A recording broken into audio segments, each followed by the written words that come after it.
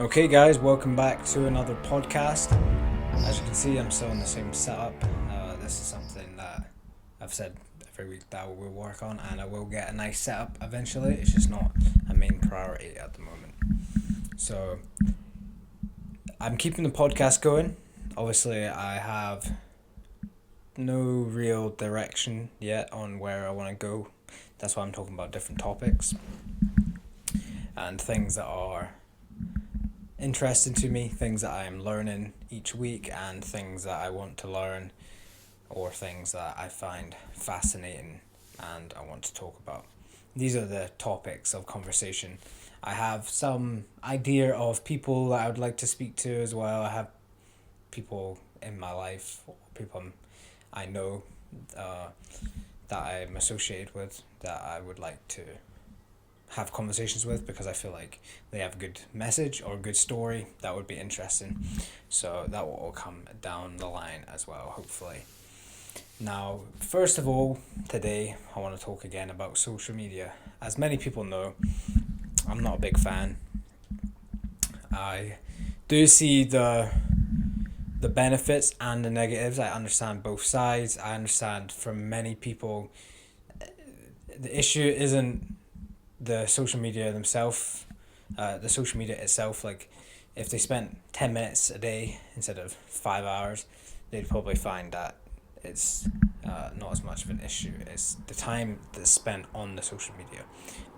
Now, a lot of social media platforms, pretty much all of them, the big ones, have a lot of time and money invested in keeping you on the apps for longer. So, as I've mentioned before, there are ways to reduce the amount of time you spent on social media. But for me, when I first started posting, not socially, so I had social medias for like my personal friends and family. So I have an Instagram for friends and family. It's private, and it's literally just so I can see my friends' photos and family photos, and same with Facebook. That's about it.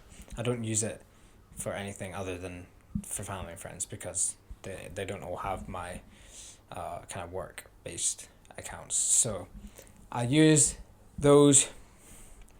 I mean, one of them I go on maybe 10 minutes a week and just see what everybody's up to for 5-10 minutes. Most people, if I'm actually friends with them, I'll know what they're up to anyway, because I'll see them now and then and we catch up. So really, I go on there to post photos, and this is once every few weeks, once every few months. So I don't really use that very much.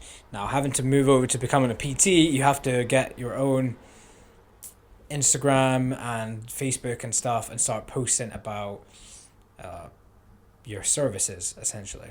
Now, there's so many different ways of doing well on social media.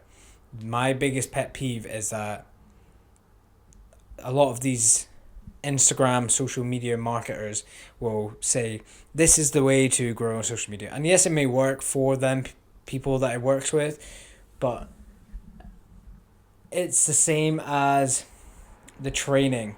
Some training for some people just isn't interesting to them, and no matter how much they try at it, if you're not going to find something interesting, you're not going to do it. And this was the issue I had with social media. I had set out these content calendars, and then I'd have to do all these different hooks and all these various ways that they have to, you follow this script. Now, I understand it works to some degree, the copywriting and stuff, but the publishing like all this content months in advance, I just wasn't finding it fun. And then they were like, spend time and do it, and it wasn't for me. And I've been back and forward for 2 years, probably since 2021. That's probably when I stopped posting regularly. I was posting then, and I was just posting every day. After I'd film my training and other clips, and I'd make posts from those clips. Now, obviously, there is some people who believe your account should be all educational and you should be the teacher and things like this. Now, I'm not a professional at a lot of the things I do, but I do a lot of different things better than I used to do. So I'm just going to start improving those things more than I currently know how to do them, and then share how I've done those things. So that it will be on various different things. That's why I've gone down a personal brand approach rather than solely focusing on strength and conditioning, because I like doing handstands and juggling. I also do my other training, martial arts. I do a lot of jiu-jitsu, so and I like improving that, but I also improve things in my diet, nutrition, lifestyle. There's a lot of other things. This is why the podcast is good, because I can go cover all these bases, but I needed to do that through social media too, because I wanted to just live in for a living essentially. So I will be posting on my social media more frequently, but it will be less edited. It will be just clips from me training, doing lifestyle stuff, skills, these kind of things, rather than me scripting videos and that kind of thing. I'll leave that to my email list and YouTube videos. That'll be a bit more longer form. So that's the idea moving forward with social media, is to cut down the amount of time I have to spend doing social media marketing and social media work and editing, because I want more time for my training, for classes, for eating good food and reading. I've got learning courses I need to do, and I want to do them, but I've just had to choose between that and then social media script writing, and it just got too much. So reducing as much time down in the social media side of things, and I feel like a weight has lifted off my shoulders. So quite happy, because I'm going to be focusing more on my juggling and my handstands and going to more classes, and there's a few other things that are now able to increase the amount of time I can do them over the week and decrease the amount of social media time, which is win-win all around. So as I've already mentioned, learning new skills. I learned to juggle 3 and 4 balls in the first lockdown. So when I was at the gym, there was a couple guys that did some juggling, and I remember picking up the balls, and I could barely juggle 2 balls at this time, it just super awkward. And I thought, I can never do that. And then it came to lockdown, and I thought, I should probably learn, because I was part of a mentorship that would coach people to do handstands and juggling. Now, I didn't do the handstands, which I wish I had, because it's 4 or 5 years gone by. I could be pretty good now, but I'm committed. This week coming, I will be doing daily handstands again and working them back in to my routine. But juggling, I am at a point where I should be learning 5 ball, and I should have been for years. I learned the 3 and 4 ball in that lockdown period pretty damn quickly. I mean, after a week, I could juggle 3 balls for 30 seconds, and within 2 weeks of that, I could juggle 4 balls for 15 to 30 seconds. That was a big eye-opener for me, because I thought previously juggling was just some cool skill. You have it or you don't. And that is the case for some people, but you can learn it very, very quickly, and it's very easy to learn. And once you get it, it's quite cool, because you do it and you feel good doing it, because it's something that you knew that you couldn't do previously, and now you're at a relatively good level. I'd say beginner is 3 balls. Intermediate is probably 4, because there's quite a few people that know how to do 3. 4 balls a little trickier. I'd say that not as many people know 4. And then advanced, and more advanced obviously, is 5 ball, because 5 ball takes, can take up to a year to learn, so or average a year. So it's a long journey to get to 5 balls, but 3 and 4 you can get in a month, no problem. You don't need to do 10 minutes a day. There's step-by-step formulas to getting these benchmarks to progress through 3 and 4 balls. So if you want to get to a 4 ball in 4 weeks, it's 100% possible with 10 to 20 minutes a day. And yeah, learning new skills is very good. Handstands, I suck at handstands, and I always ended up going in and out of handstands, because I'd get wrist issues and things, and then I'd stop, and then I'd go back into it, and then I'd be doing other training. I wouldn't have time, yada yada yada. But now I'm committed. I'll be doing handstands daily from now on, and I'll be tracking it. Same with the juggling. I need to make sure I'm doing actual specific drills. So this is important when you're learning a new skill. Say, for example, you're doing juggling, just spending 10 minutes just throwing the balls about with no real actual technique or any kind of drills that you're focusing on can be quite messy. You should have a plan of right, I'm going to be doing this for 3 sets and this for 2 sets, or I'm going to be doing these and I have to get to this score of rotations before I can move on to the next level, and I'll just do 10 minutes, and when the timer runs out, I'm done until the next day, and I just see how many levels I can get through, and then I start off at the level I got to the next day. Same with the handstands. Make sure you're doing chest to wall handstands, you're practicing your kick ups, rather than just in an open space just doing handstands. You'll learn far quicker if you're doing the correct drills and techniques. So you need to approach that when you're doing any kind of skill training. Make sure you're not just freestyling and making shit up as you go, basically. So I've been rolling a lot more recently, which has been good. Me and Jenny have Friday and Saturday night. We spent in the gym doing some rolling. So we did quite a few rounds both nights. A good 30 to 50 minutes of rolling, which was good. We are going to be learning the techniques we've learned in classes and other kind of basic white belt techniques we're going to go over rather than just rolling, because you can pick up bad habits if you're constantly rolling with another white belt and neither of you know exactly what you're doing. You might learn one technique in one area of something, and that's okay if you can do that correctly, but if you're doing everything else wrong or like not very well, you can pick up bad habits. So we're trying to be cautious of that. So we'll chuck in some rolling because it's fun, and it's good for Jenny to get used to rolling. Obviously, she gets more tired over the rounds because she's going 100%, and I'm not going 100%. So when the round finishes, she's obviously quite tired, and I'm not really tired at all. So we're kind of, we need to do some more techniques and stuff. But we see it as a skill that neither of us know very well at all. I've only been doing it a year longer than her, and I've not been like mega consistent in that time, just because the only people I know that do it regularly that I go to classes are just people that do the classes. So there's nobody there that's like someone I see during the week, like a friend who I kind of socialize with my other friends.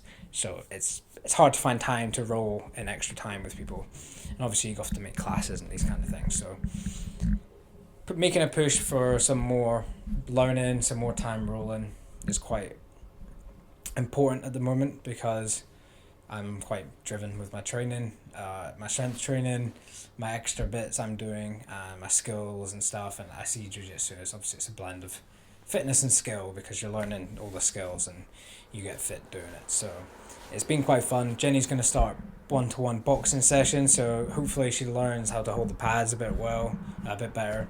And then when we do kind of a bit of boxing with each other, she can hold the pads for me and I can hold the pads for her, and then we can do various training then, because we'll be able to do strength training, we'll be able to do runs and cardio stuff, and we'll be able to do some boxing, some jiu-jitsu, and hopefully down the line she'll do some more striking, kickboxing and Muay Thai related would be good as well. And she seems keen. She's got the flexibility, so why not? So obviously there's a lot of controversy at the moment around boxing, specifically in the Olympics. I'm not sure.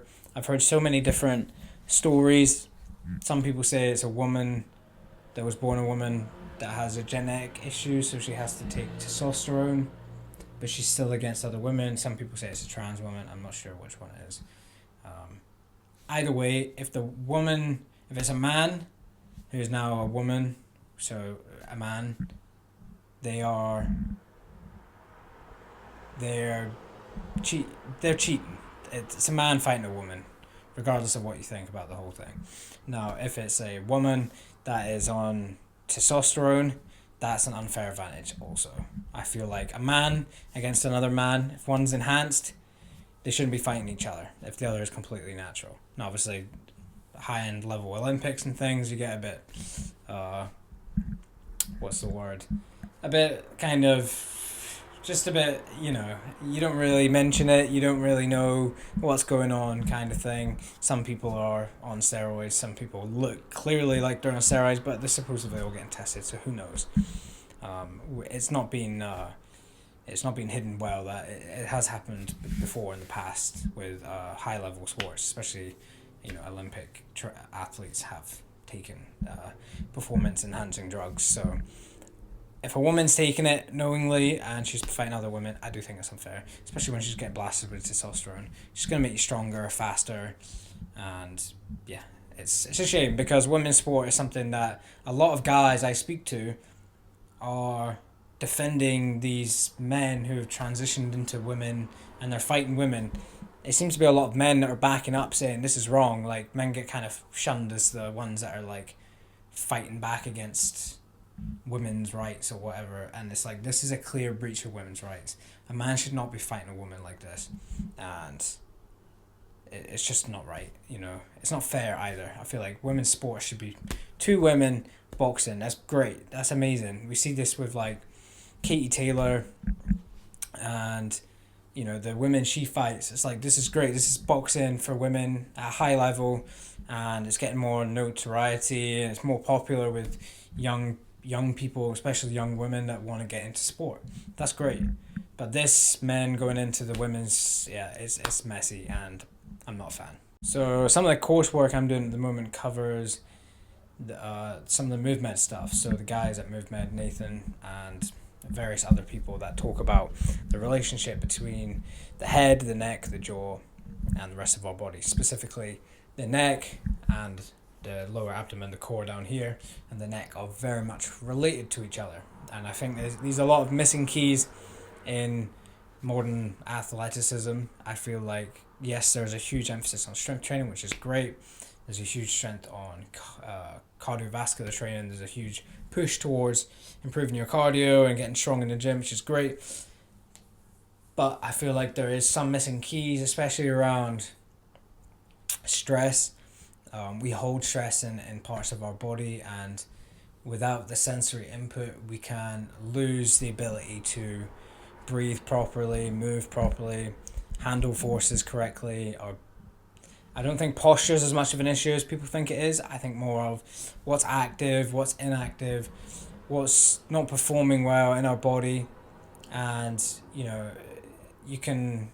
pain tolerance can be a big sign of what's going on. And the head and neck and jaw work is really good.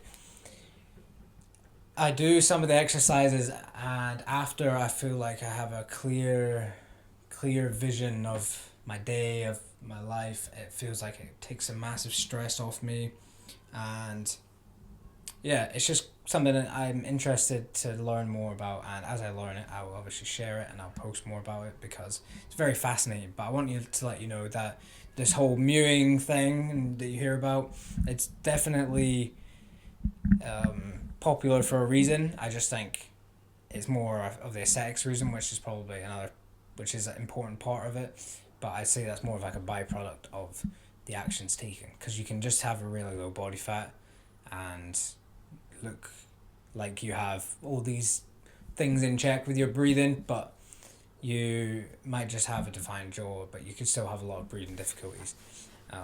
There's a lot of nuance around it, but there's a lot of very interesting information about the relationship between the head and the rest of the body, and how well you can actually perceive your skull, because a lot of people can't actually perceive their skull in space. A lot of us are quite flat, we feel like our body's like wide, but not very like thin, almost like we turn sideways and we'd be like a piece of paper. That's kind of how we perceive ourselves a lot of the times, due to like our rib cage expansion and how our how we can actually push pressure down into our pelvis. There's a lot of things with the body that I think we're starting to uncover and learn, which is interesting, and I want to be a person that can share that information. So as I learn, I will pass on my knowledge. But yes, if you go down a rabbit hole of something today or tomorrow, or whenever you hear this, go down the kind of passageway of learning about the vagus nerve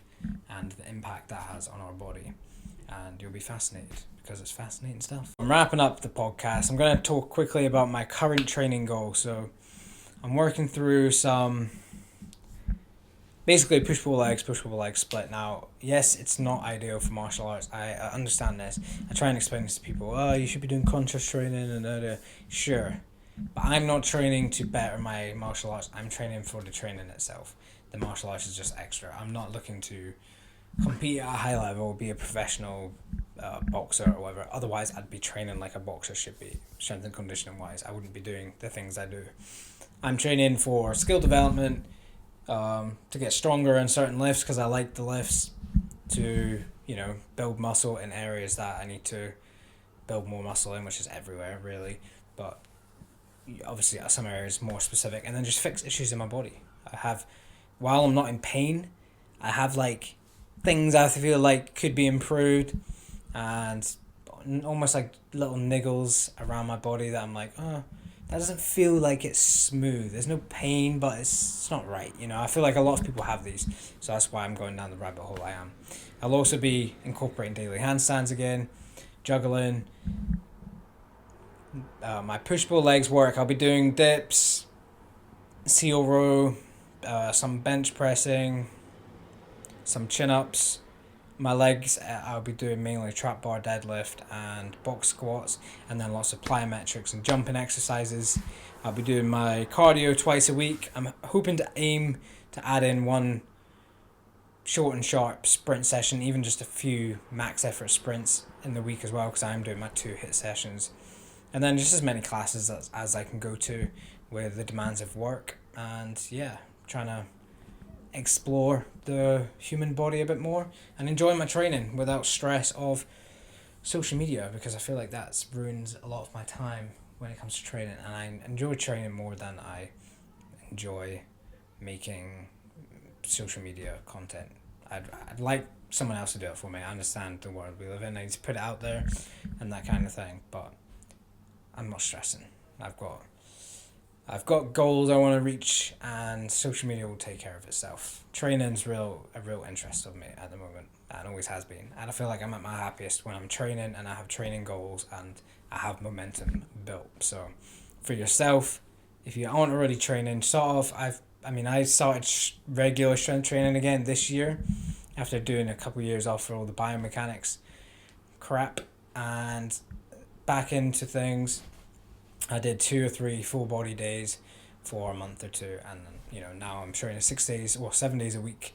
I'm doing some form of exercise, and I feel good. I don't feel like I'm overrun. I feel motivated. I feel like I've got clarity for my day. I'm looking forward to every day. I'm looking forward to everything more because I have regular strength training in my day. So if you aren't already training, you're missing out on a big part of health, your future success in your life. You need to be strength training. You need to be getting fit. Getting fit, it will be the new the rare person will be the one that trains 6 days a week and is capable of doing things, because the way the world's going, especially in the UK, obesity and overweight percentages of the population is increasing in both men, women, young, old, children. It's going up and up and up. So in the future, 10, 20 years down the line, it's going to get quite rare to see people who are in incredible shape, which should be the norm, but it's not, unfortunately. So don't wait till it's too late and get your ass in the gym. So last week I did predict some UFC fights. I was 3 out of 5 correct, I believe. Arnold Allen, Tom Aspinall, and Paddy the Baddy all got the win. Christian Leroy Duncan and Leon Edwards came up short. In fact, both of them got pretty dominated in their fights, so didn't go my way, unfortunately. But I'll be back with some more predictions when the next event comes around, some combat sports event. I'm sure there's one every other week, so there might be UFC on next weekend. I haven't actually looked. I know there was a good card on last night, but I can't predict that because it's already happened. I don't know who won. Hey ho. I hope you enjoyed the podcast, and I'll be back with another one next week. Should be out on Friday. If you have any questions or any specific topics that you would like me to cover, send me a message, and I'll see you in the next one.